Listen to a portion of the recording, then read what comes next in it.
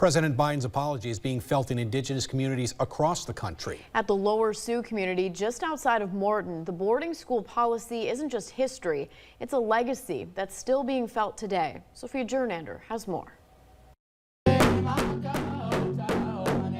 From 1869 to the 1960s, thousands of Native American children across the U.S. were taken from their parents and sent to government-run boarding schools. On Friday, President Biden formally apologized for the practice, and it took local Indigenous tribes by shock. It's unexpected, but at the same time, it is appreciated because it's something of the United States history that seemed to have been buried. Larson is president of the Lower Sioux Indian Community, or Chanshayapi, which is located outside Morton. He says his grandmother was a survivor of the schools. One day, her and I were sitting there. I said, "What was boarding school like?" And she sat there for a minute, but then she looked at me and she said, "I can't tell you." She said, "That's my pain to have, and I don't want to share that with you." Eventually, Larson learned what children went through at the schools.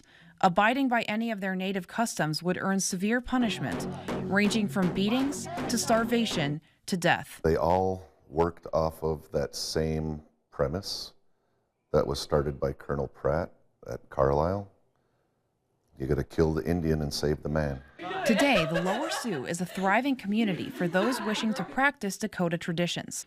Notably, they are home to a recreation center where modern customs and old traditions are intermingled. I like to do basketball. Sometimes I bring my PlayStation to mess around and play with my friends, cousins.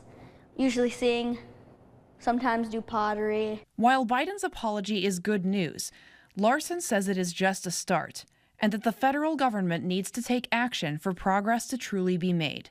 Apologies are great, but they're similar to like a land acknowledgement. They're nice, but without action, what do they mean? So hopefully this is just the start of more conversations to be able to help us heal. Sophia Jernander, KEYC News Now.